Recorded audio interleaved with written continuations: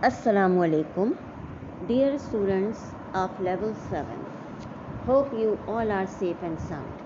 This is your English literature teacher, Ms. Fareeda Ashiq from Falcon House Grammar School, Campus 9. Today we are going to do another interesting case of Sherlock Holmes, the adventure of 6 Napoleons. Lestrade of Scotland Yard is making one of his frequent visits to 221 Baker Street, and he tells Holmes and Watson of a strange tale that hints of some mania to do with Napoleon Bonaparte, for someone is going around destroying the bust of the famous Frenchman and even committing burglary to do so. Holmes is intrigued, and Lestrade tells of the first event 4 days previous, when a plaster bust was destroyed in a shop by an unidentified man. The bust itself was worth very little, and so it appeared to be just a case of vandalism.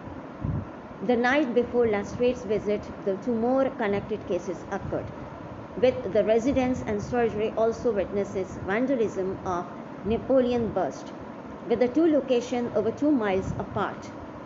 Obviously, all acts of vandalism are connected. Lestrade still thinks it is a case of mania rather than a criminal act. But of course, Holmes concludes that there will be more cases and asks Lestrade to keep him informed. The very next morning, Lestrade sends for Holmes for burglary has escalated into murder. For during a robbery upon Mr. Harris Hooker, an unidentified man had his throat slashed, though the man did have a photo of another man in his pocket. A broken bust of Napoleon was found in the garden of a house down the road.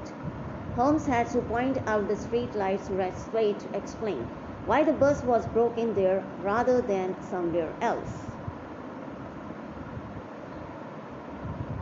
Holmes makes inquiries.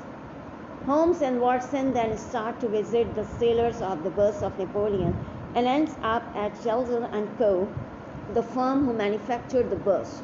Holmes quickly finds out there was a set of 6 birds of Napoleon from the batch's seemingly target, and the man in the photo is also identified as Bipu, a man who had worked at the firm but had been sent to prison after knifing a fellow Hellion in the street outside the firm. Traveling on to Howarding Brothers, the last sailor of Napoleon bust, Holmes then finds the names and addresses of the people who brought the last 2 unaccounted for bust. Lestrade, though, has been on a different line of the inquiries and has managed to identify the man with the slashed throat as Petrio Vinoci, a member of the mafia, and the inspector believes that the death is to do with an internal dispute. Lestrade is now more interested in the murder than the broken bust, and is confident of apprehending Bipu in the Hellion quarter.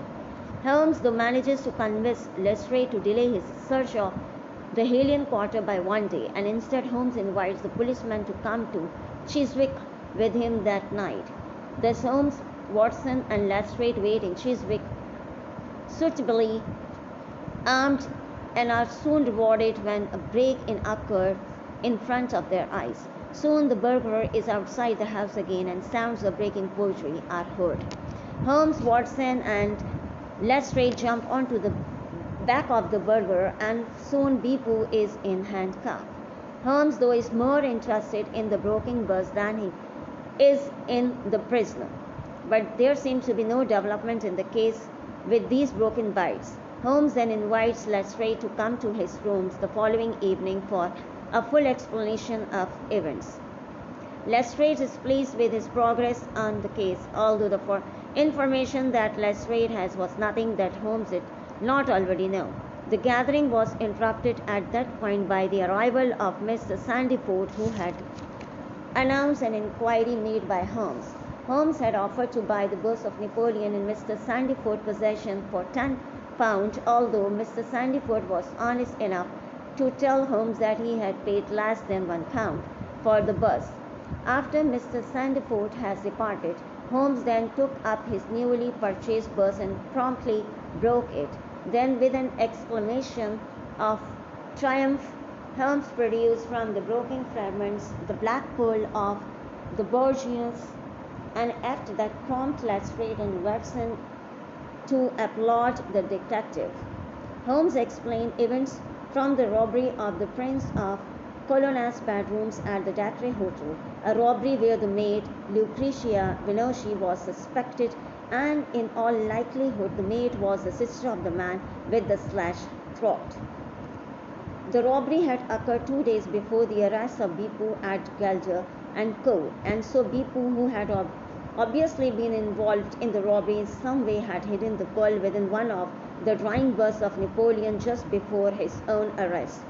Petria Vinoci had obviously blamed Bipu for the disappearing pearl, and so Vinoci had located Bipu during one of the burglary attempts, but had been killed himself in the struggle.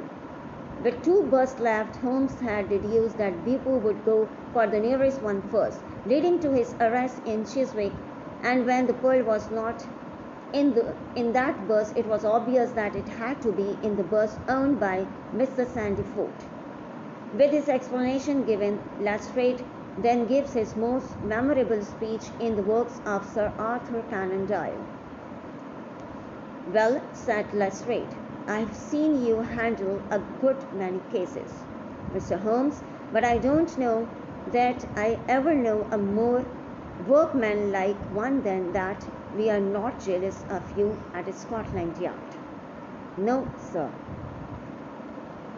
We are very proud of you, and if you come down tomorrow, there's not a man from the oldest inspector to the youngest constable who wouldn't be glad to shake you by the hand."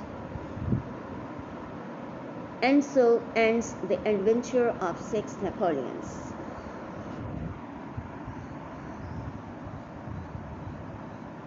I hope you all have understood this case. Stay home, stay safe. Till our next class, Allah Hafiz.